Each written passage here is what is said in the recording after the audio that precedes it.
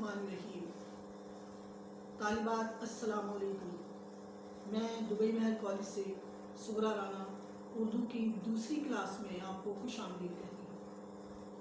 तालिबात, जैसा कि आप जानती हैं कि नामसाइद हालात की वजह से हम सब परेशान हैं, मगर हम तो वो हैं कि जो चीर के रख देते हैं महताब की ढाल। जब उठाते हैं नज़र तो मेहर को आता है ज़वाल। हम जो ने अंगड़ाई तो टूटे ये सितारों का जाल। हम जो गरजें तो पहाड़ों के जिगर हिलते हैं, कसरे बिद्दत की बिना हिलती है, दर हिलते हैं। तालिबात, घबराना नहीं चाहिए और यकीनन आप बहुत बहादुर बच्चियां हैं वतन अज़ीज़ की, और आपको पूरा मौका मिल रहा है कि आप अपने असातिज़ा से मुस्तफ़ीद हो सकें। जैसा कि हमने पहले लेक्चर में सरमाया उर्दू 12वीं जमात की किताब में से अल्लामा शिबली नोमानी के एक इक़्तिबास हज़रत उमर बिन अब्दुल अज़ीज़ के मनाक़िब को पढ़ा था। कुछ हमारे निकात, अहम निकात जो थे उस सबक के वो रह गए थे, जो आज हम पढ़ेंगे। तो तालिबात, सबसे पहले अहम नुक्ता जो ये है, नंबर 1, मजहबी हैसियत से उनको उम्र सानी का लक़ब दिया गया। इसकी वजाहत करनी है तो इसकी वजाहत कुछ यूँ करेंगे कि हज़रत उमर बिन अब्दुल अज़ीज़ रज़ी अल्लाह ताला अन्हो नेक दिल और नेक सीरत खलीफा थे। दीनदारी, इंसाफ पसंदी उनकी नुमायाँ ख़ासियतें थीं। उनका हर काम और हर अमल मज़हब इस्लाम की मुजस्सम तस्वीर था, और यही वजह है कि उन्होंने मज़हब के असूलों की मुकम्मल पासदारी करते हुए अपनी हुकूमत को और अपनी खिलाफत में अदल व इंसाफ का बोलबाला किया और मुसावात को अपना अमल बनाया और मज़हब की अमली तस्वीर बनकर लोगों के सामने आए। यही वजह है कि उन्हें उम्र सानी का लक़ब दिया गया।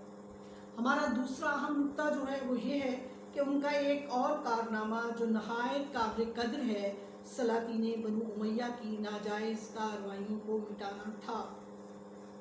अज़ीज़ तालिबात, ख़ानदान बनी उमैया की हुकूमत एक मुतलकुल अनान बादशाहों की सी हुकूमत थी, और शख्सी हुकूमतों की तमाम बुराइयों के बनु उमैया के सलातीन मुर्तकब हुए।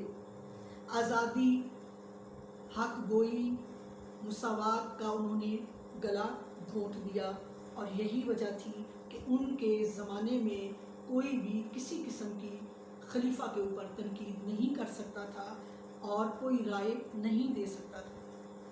और इसी तरह उन्होंने लोगों की ज़मीनें, जायदादें, माल, हथियार लिया और अपने ख़ानदान वालों में बांट दिया।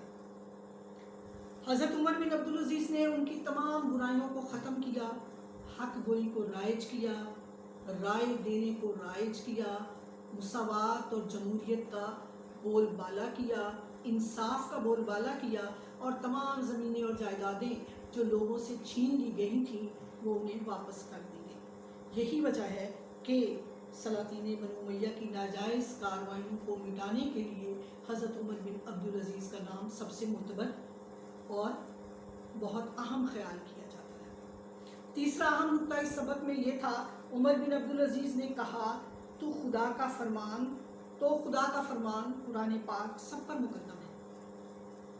अज़ीज़ तालिबात, बनु उमैया के हुक्मरानों ने बाग़ फ़िदत को अपनी जागीर बना लिया था, हालांकि उसकी आमदनी पर सिर्फ़ और सिर्फ ख़ानदान नबूवत का हक़ था। उमर बिन अब्दुल अज़ीज़ ने इस बाग को दोबारा ख़ानदान रिसालत को मुंतकिल कर दिया। हशाम बिन अब्दुल मलिक ने इस फ़ैसले पर नज़रसानी की दरख्वास्त की तो आपने फरमाया कि खुदा का फरमान कुरान सब पर मुकद्दम है। अगला अहम नुक्ता इस सबक में था, लोग नहायत बेबाकी से उनके अक़वाल व अफ़आल पर नुक्ता चीनी करते थे। तालिबात, बनु उमैया के हुक्मरानों ने और ख़ास तौर पर अब्दुल मलिक ने आम लोगों से आज़ादी राय और हक गोई का हक छीन लिया था। किसी को हुक्मरानों के ख़िलाफ़ आवाज़ उठाने की इजाज़त नहीं थी। हज़रत उमर बिन अब्दुल अज़ीज़ ने इस बिद्दत को ख़त्म कर दिया, और अब लोग बड़ी आज़ादी के साथ खलीफा वक्त के कामों पर नुक्ता चीनी कर सकते थे, एतराज़ कर सकते थे, और बुराई से हकीकत की तरफ इशारा कर सकते थे, और हक गोई के अलम को बुलंद कर सकते थे। اگلا اہم نقطہ اس سبق میں یہ تھا کہ عمر بن عبدالعزیز کی حکومت و سلطنت کا اصل اصول مساوات اور جمہوریت تھا۔ عزیز طالبات، تاریخ اسلام کی یہ ایک حقیقت ہے کہ خلافت راشدہ کے بعد حکمرانی کا انداز ملوکیت اور آمریت میں بدل گیا۔ مطلق العنان حکمران اپنی من مانی کرتے اور خود کو عوام سے بالا تر اور کسی کو بھی اعتراض سے بری خیال کرتے۔ ان کے برعکس حضرت عمر بن عبدالعزیز نے اپنی خلافت کی بنیاد مساوات جمہوریت پر رکھی اور عام لوگوں کو رائے دینے کا حق دیا، حق بات کرنے کا حق دیا اور غیر مسلم لوگوں کے ساتھ نہایت اچھا سلوک کیا تاکہ اسلام کا بول بالا ہو سکے۔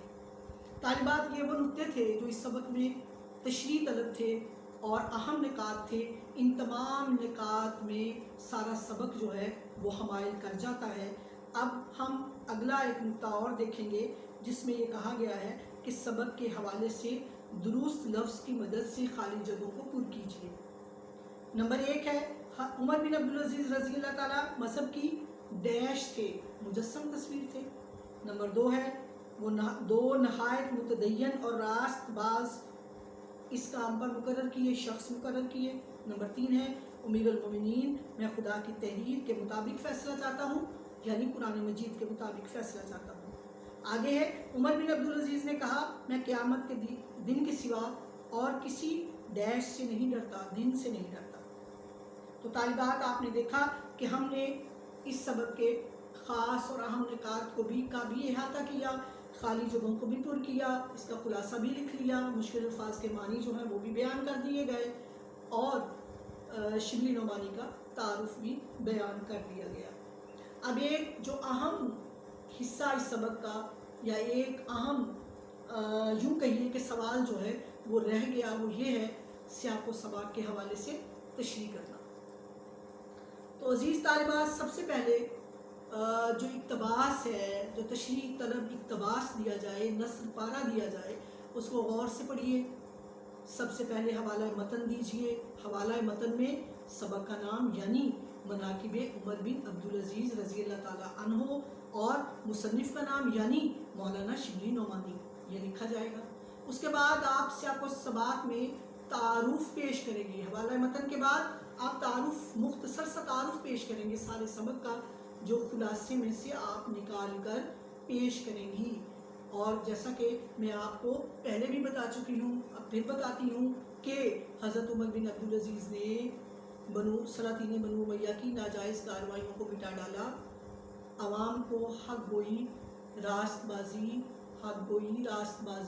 عدل، انصاف اور مساوات کا سبق پڑھایا اور غیر مسلموں کے ساتھ عین اسی طرح کا سلوک کیا جس طرح کا سلوک کرنے کے لیے قرآن پاک اور رسول پاک صلی اللہ علیہ وآلہ وسلم کی احادیث مبارکہ سے حاصل ہوتا ہے۔ اور یہی وجہ ہے کہ ان کو عمر ثانی کا لقب دیا گیا۔ اس تعارف کے بعد آپ جو نثر پارہ دیا جائے گا اس کی اسی طرح تشریح زیادہ کریں گے جس طرح آپ نے خلاصہ کم لکھا، یعنی اگر 1% آپ نثر پارے میں جملہ پڑھتے ہیں تو آپ اس کے جواب میں کم از کم 5 جملے 5% زیادہ لکھیں گے۔ تو عزیز طالبات، میں امید کرتی ہوں کہ آج کے سبق کو آپ نے ضرور سیکھا بھی ہوگا، پڑھا بھی ہوگا اور یقیناً اس سے آپ مستفید بھی ہوئی ہوں گی۔ وما علینا الا البلاغ۔